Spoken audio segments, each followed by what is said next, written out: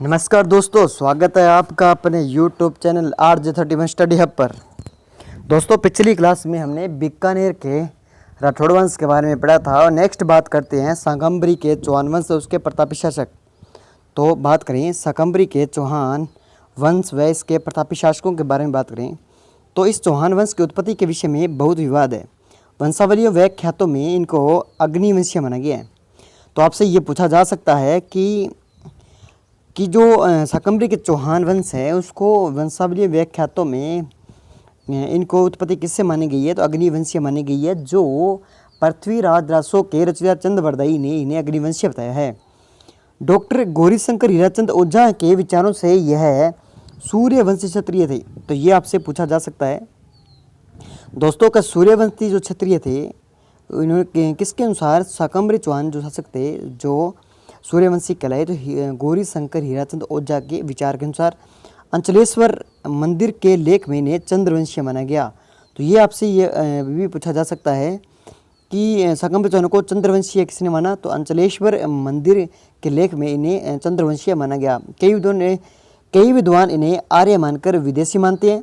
इन सभी मतों का विवेचन करते हुए डॉक्टर दशरथ शर्मा चौहान की उत्पत्ति ब्राह्मण वंश से मानते हैं। ये इंपॉर्टेंट है और ये इंपॉर्टेंट है कि दशरथ शर्मा के अनुसार उत्पत्ति हुई है ब्राह्मण वंशों से।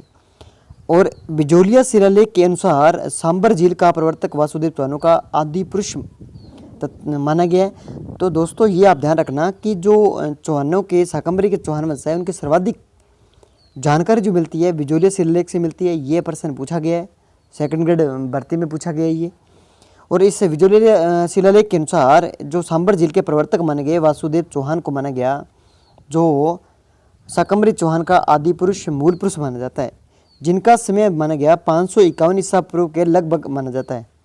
प्रारंभ में चौहान गुज्जर प्रतिहारों के सामंत थे। ये इंपॉर्टेंट है, आपसे पूछा जाता है कि जो चौहान जो शाकंभरी के चौहान थे सबसे पहले किसके सामंत थे, तो गुज्जर प्रतिहारों के ये सामंत थे।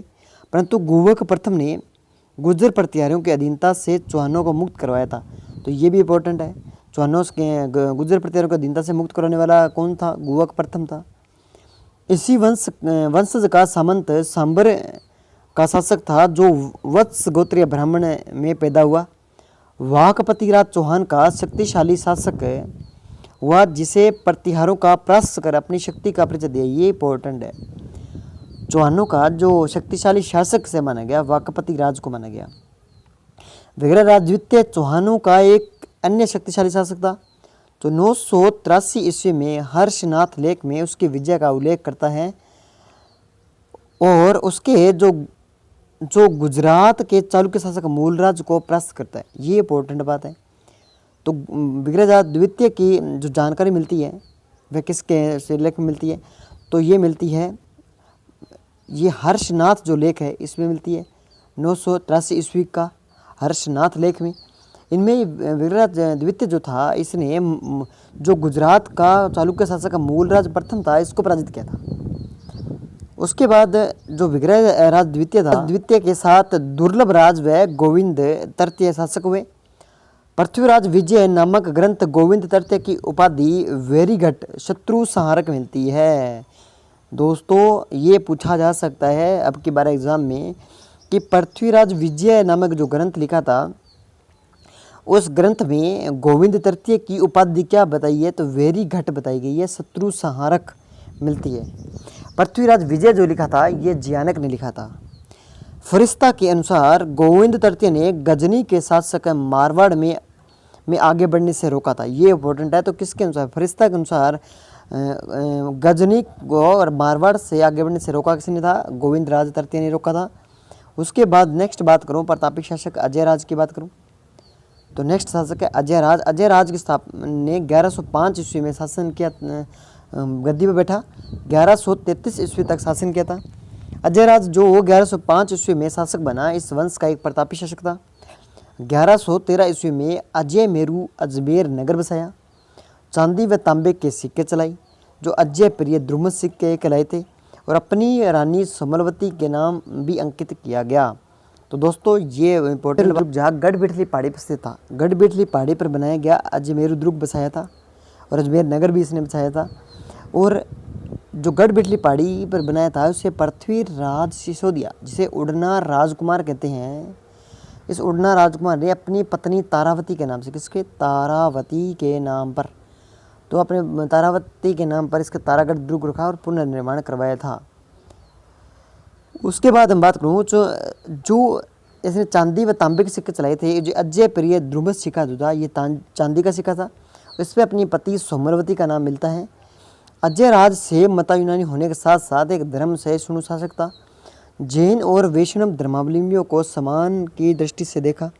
उसने नए नगर में जैन धार्मिक धर्मावलंबियों को मंदिर बनाने के लिए अनुमति दी और पार्श्वनाथ के मंदिर के लिए एक स्वर्ण कलश प्रदान किया था। ये एक दानी रूप में जैनियों धर्म को, वैष्णव धर्म को संरक्षण प्रदान करता है। खुद शैव धर्म का अनुयायी था। इसका पिता था जो था पृथ्वीराज, जो प्रथम जो इसका पिता माना जाता है। ये आपसे ध्यान रखना कि जो अजय राज था इसका पिता कौन था, पृथ्वीराज जो था प्रथम था माना जाता है, ठीक है, इसका पिता माना जाता है। उसके बाद अर्णोराज की बात करें, नेक्स्ट बात करें अर्णोराज। अर्णोराज ने 1133 ईस्वी में गद्दी संभालता है, 1155 ईस्वी तक शासन करता है। अर्णोराज ने तुर्कों व एवं मालवा के शासकों को परास्त किया, मगर गुजरात के शासक कुमारपाल चालुक्य से परास्त हुआ। ये इंपॉर्टेंट बात है। अर्णोराज जो अजय राज था, अजय राज से पहले जो शासक विग्रह राज द्वितीय था, इसने मूल राज को कराया था। इसका मूल राज का पुत्र हुआ कौन, कुमारपाल चालुक्य। इसने क्या किया कि अर्णोराज को परास्त कर दिया था, अर्णोराज को परास्त कर दिया। और अब क्या हुआ, अर्णोराज ने अजमेर में आना सागर झील का निर्माण करवाया था। वो पुष्कर में वराह मंदिर का निर्माण करवाया था। ये आपसे पूछा जा सकता है कि वराह मंदिर का निर्माण किसने करवाया, तो वराह मंदिर का निर्माण करवाया था अर्णोराज ने करवाया था। कहाँ करवाया, पुष्कर अजमेर में करवाया था, जो रंगीन मेले के लिए प्रसिद्ध है। आना सागर झील का निर्माण करवाया था अजमेर ने। ये जो अजय राज ने आना सागर झील का निर्माण करवाया था, ये बांडी नदी को रोक कर करवाया था। इस आना सागर झील के किनारे जहांगीर ने सुभाष उद्यान दौलता बाग का स्थापना करवाई थी। और इस आना सागर झील के किनारे जो शाहजहाँ था, इसने 5 बारादरियों का निर्माण करवाया था। और जो इसकी नूरजहाँ की माता अस्मता बेगम थी, इसने आना सागर झील के किनारे किसका, इत्र का आविष्कार भी किया था। ये आप थोड़ा सा ध्यान में। अजमेर में खतरगच्छ के अनुयायियों के लिए भूमिदान दी थी। ये पॉइंट है, खतरगच्छ जो था इसके अनुयायियों को भूमिदान देने वाला कौन था, अर्णोराज ही था। देव बोध व धर्म घोष उसके समय प्रकांड विद्वान थे। तो ये दोस्तों ये आपसे पूछा जा सकता है कि देव बोध व धर्म घोष जो थे ये विद्वान किसके दरबारी, मतलब किसके दरबारी विद्वान थे, तो ये अर्णोराज के थे। वैसे तो चालुक्यों के हाथों पराजय से उसे कुछ मान हानि उठानी पड़ी, फिर भी गजनियों को परास्त कर मालवा व हरियाणा अभियानों का नेतृत्व कर उसने अपने वंश के प्रभुत्व को नहीं घटने दिया। हम बात करें अब विग्रहराज चतुर्थ की बात करें। विग्रहराज चतुर्थ ने तोमरों को पराजित कर दिल्ली पर अधिकार कर लिया था। यह दिल्ली पर अधिकार करने वाला पहला चौहान शासक था। ये आपसे पूछा जा सकता है कि दिल्ली पर अधिकार करने वाला पहला चौहान शासक कौन था, तो ये था विग्रहराज चतुर्थ था। इसने क्या किया, गजनी के खुसरू शाह को भी परास्त किया था। और जानक भट्ट ने कवि बांधव की उपाधि दी थी। ये इंपॉर्टेंट है, कवि बांधव की उपाधि किसे दी गई थी, विग्रहराज चतुर्थ को दी गई थी। एक कवि पुंगव की उपाधि आएगी, वो आगे आती है। दल पुंगल की उपाधि भी कहते हैं, आगे दल पुंगल की उपाधि आएगी। दल पुंगल जो कहा जाएगा वर्तविरात्रत्य कहा जाएगा, कवि बांधव या कवि पुंगव भी इसे कह सकते हैं। उसका विग्रहराज ने हरि केली, उसके दरबारी विद्वान सोमदेव ने ललित विग्रहराज नाटक की रचना की। ये आपसे पूछा जा सकता है कि ललित विग्रहराज नाटक की रचना किसके काल में हुई थी, विग्रहराज चतुर्थ के काल में हुई थी। किसने की, सोमदेव ने की। और हरि केली नाटक की रचना किसने की, स्वयं विग्रहराज ने की थी। इस हरि केली नाटक जो था, कुछ भाग तो जो 2.5 दिन का झोंपड़ा है उसकी सीटी पर मिलता है, और इसका आधा भाग जो है जो ब्रिस्टल इंग्लैंड में जो राजा राम मोहन राय का स्मारक है वहाँ पर मिलती है। और इसमें जो हरि केली नाटक में जो वर्णन मिलता है, अर्जुन व शिव का युद्ध का वर्णन मिलता है। ये थोड़ा सा आप ध्यान में रखना। अब क्या हुआ कि अजमेर का एक ने संस्कृत पाठशाला बनवाकर उसे हरि केली नाटक की पंक्ति खुदाई दी। जो संस्कृत पाठशाला जो बनवाया था, ये किसने बनवाया था, ये विग्रहराज चतुर्थ ने बनवाया था। हरि केली नाटक की पंक्तियाँ खुदाई थी। अब कुतुबुद्दीन ऐबक ने कब 1194 ईस्वी में कुतुबुद्दीन ऐबक ने इससे संस्कृत पाठशाला को तोड़वा देता है, 2.5 दिन का झोंपड़े का निर्माण करवाता है। और विग्रहराज ने अब क्या हुआ कि बिसलपुर कस्बा बसाया और बिसलपुर झील का निर्माण करवाया था। जो बिसलपुर झील है ये रंगमहल टोंक में स्थित है, ये ध्यान में रखना। हम नेक्स्ट बात करें तो विग्रहराज चतुर्थ के मूल्यांकन में डॉक्टर दशरथ शर्मा लिखते हैं कि उसकी महत्ता निर्विवाद है, क्योंकि एक सेनाध्यक्ष साथ साथ वह एक विजेता, साहित्य का संरक्षक, अच्छा कवि, सूझबूझ वाला निर्माता था। पृथ्वीराज विजय का लेखक लिखता है कि जब विग्रहराज की मृत्यु जाती है, तो आप ये ध्यान रखना कि पृथ्वीराज विजय जो लिखा था किसने, जानक लिखा था।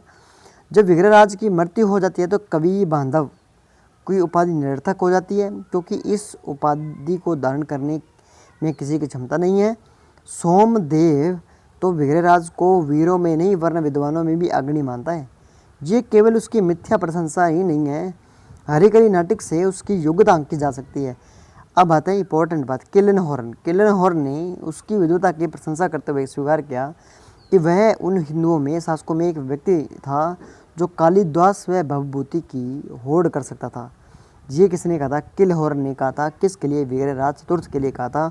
और विग्रहराज का समय स्पादलक्ष का स्वर्ण काल माना जाता है। ये इंपॉर्टेंट है कि चौहानों का जो चौहान शासक है, चौहान शासकों का जो स्पादलक्ष का स्वर्ण काल किसको माना जाता है, तो विग्रहराज के काल को स्पादलक्ष का स्वर्ण काल माना जाता है।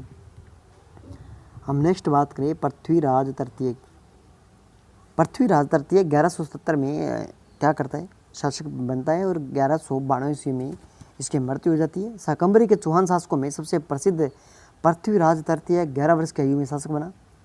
अब 11 वर्ष की आयु में शासक बनता है और 1182 ईस्वी में सतलुज प्रदेश में बढ़ानकों को परास्त करता है, क्योंकि सतलुज प्रदेश में बढ़ानक जो एक जाति थी वह उत्पात मचा रही थी। तब 1182 ईस्वी में इनका दमन कर देता है। इसी वर्ष इसके मोहबा के चंदेल शासक को पराजित, मतलब मोहबा का चंदेल शासक था परमर्दी देव जो था इसको पराजित करता है, जिसमें प्रसिद्ध वीर आला उदल लड़ते हुए मारे गए थे। तो ये पूछे आला उदल वीर किसके सेनानायक थे, ये चंदेल शासक जो था, चंदेल शासक जो परमर्दी देव था इसके सेनापति थे। पृथ्वीराज ने कनौज के गढ़वाल शासक जयचंद को पराजित किया था। स्वयंवर के समय उसकी बेटी संयोगिता का अपहरण कर उसे विवाह कर लिया, जो आगे तराइन का युद्ध का दस्तक देता है। ये मुख्य कारण बनता है। तराइन के प्रथम युद्ध जो 1191 ईस्वी में हुआ था, तो गोरी को उसने पराजित किया। अब क्या हुआ कि इसका युद्ध का कारण क्या था कि युद्ध अब 1191 ईस्वी में गोरी अधिकार करता हुआ तबर ए हिंद पर आ जाता है, मतलब बठिंडा क्षेत्र। तबर ए हिंद जो बठिंडा क्षेत्र था उस पर अधिकार कर लेता है। तो पृथ्वीराज तृतीय इसको गोरी को मार बुझाता है। मगर 1192 ईस्वी में तराइन के द्वितीय युद्ध में वह मोहम्मद गोरी से पराजित हुआ, जिसने चौहान राज्य का तो पतन हुआ। भारत में तुर्की शासक की नींव पड़ी। ये इंपॉर्टेंट है, क्योंकि 1192 ईस्वी में एक भूल हो जाती है, ये सुजिंदा छोड़ देता है, सबसे बड़ी भूल होती है। और 1192 में तराइन के द्वितीय युद्ध में क्या करता है, गोरी इसे छल कपट से हरा देता है और भारत में तुर्की शासक की नींव कब पड़ती है, 1192 ईस्वी में तराइन के द्वितीय युद्ध से पड़ती है। अब बात करें इसके जो पृथ्वीराज था, इसके गुण कौन कौन से, ये वीर था, एक विजयनुरागी भी था, गुणीजनों का सम्मान करने वाला था। पृथ्वीराज विजय का रचिता जानक, पृथ्वीराज रासों का लेखक चंद्र बरदाई उसके दरबारी की शोभा बढ़ाते थे। ये इंपॉर्टेंट है। आपसे पूछे कि पृथ्वीराज तृतीय का दरबारी विद्वान कौन था, तो एक तो था जानक था जिसने पृथ्वीराज विजय लिखी थी, एक दूसरी थी चंद्र बरदाई था जो पृथ्वीराज रासो लिखी थी। पृथ्वीराज रासो को इसका दत्तक पुत्र जलहण ने इसको पूर्ण किया था। अब बात करें संयोगिता स्वयंवर की कथा। संयोगिता स्वयंवर कथा कनौज के शासक चौदह जयचंद के राजसूय यज्ञ किया। उसने अपनी पुत्री संयोगिता के विवाह के लिए स्वयंवर का आयोजन किया। पृथ्वीराज को छोड़कर सभी को बुला लिया इसने, महाराजों को आमंत्रित कर लिया, लेकिन पृथ्वीराज को अपमानित करने के लिए जयचंद ने एक षड्यंत्र रचा। उसने क्या किया, स्वयंवर स्थल से बाहर क्या किया, पृथ्वीराज तृतीय को एक द्वारपाल के रूप में मूर्ति बना दी। संयोगिता एवं पृथ्वीराज एक दूसरे मन में चाहते थे। संयोगिता वरमाला लेकर क्या गई, एक एक राजा को देखती हुई आगे बढ़ती रही और पृथ्वीराज को न पाकर मन ही मन में बड़ी दुखी हुई। किंतु जब वह दरवाजे तक पहुंची तो द्वारपाल से रूप में अपनी प्रेमी की मूर्ति नजर आई। उसने माला उस मूर्ति के गले में डाल दी। अब क्या हुआ, पृथ्वीराज को यह सूचना पहुंच गई। अब पृथ्वीराज को पता लग गया भी संयोगिता ने तो वरमाला डाल दी है। अब संयोगिता को वहाँ से अपने साथ लेकर अजमेर की ओर प्रस्थान किया तो चौहानों ने सैनिकों ने गढ़वालों को उसका पीछा करने से रोका और अजमेर पहुंचकर पृथ्वीराज ने संयोगिता से विवाह कर लिया। और यही घटना आगे चलकर क्या हुआ कि जो तराइन का प्रथम युद्ध था इसका ही कारण बनती है। कुछ इतिहासकार यही मानते हैं। संयोगिता कथा की ऐतिहासिकता। इस कथा की सत्यता और ऐतिहासिकता के संबंध में इतिहासकार एक मत नहीं है। डॉक्टर गौरीशंकर हीराचंद ओझा ने इसका पोल कल्पना डॉक्टर गौरीशंकर हीराचंद ओझा जो थे इसे ने एक कपोल कल्पना ही मानते हैं। ये कहते हैं कि जो प्रबंध कोश जो है अमीर महाकाव्य पृथ्वीराज प्रबंध जो है प्रबंध चिंतामणि जैसे समकालीन ग्रंथों में इस घटना का जिक्र नहीं है। डॉक्टर रोमिला थापर व डॉक्टर RS त्रिपाठी ने इसे सही नहीं माना। समकालीन फारसी तारीखों में इस घटना का वर्णन नहीं मिलता, किंतु अबुल फजल ने इसका वर्णन अवश्य किया है। ये इंपॉर्टेंट है। अबुल फजल की रचना कौन सी? आईने अकबरी, इसके अंदर वर्णन मिलता है इसका। डॉक्टर दशरथ शर्मा ने बताया कि हमीर महाकाव्य है और रंभा मंजरी में ढेर सारी गलतियां हैं। इनसे वर्णन न मिलने से सारी घटना तो काल्पनिक मान ली जाए वह उचित नहीं है। उन्होंने घटना की सत्यता को स्वीकार करते हुए बताया कि प्रेम जीवन का एक अंग है, वह सत्य एवं वास्तविक है। यह घटना घटित हो तो कोई आश्चर्य नहीं है। CV वैद्य और डॉक्टर गोपीनाथ शर्मा ने इसे स्वीकार किया था। ये इम्पोर्टेंट है कि जो संयोगिता की ऐतिहासिक कथा को स्वीकार करने वाले CV वैद्य, गोपीनाथ शर्मा और डॉक्टर दशरथ शर्मा, ये इम्पोर्टेंट बात है। इस प्रकार संयोगिता अपहरण की घटना में कोई संदेह नहीं रहता। सदियों से चली आ रही इस कथा के समय साथ उतार चढ़ाव या अतिशयोक्ति वर्णों का आना स्वाभाविक है, किंतु इससे इस घटना की सत्यता पर शंका का उचित प्रतीक नहीं होता है। तो दोस्तों, आपको ये वीडियो कैसे लगी? आप वीडियो को लाइक करना, कमेंट करना, सब्सक्राइब करना और अन्य दोस्तों को शेयर करना। धन्यवाद।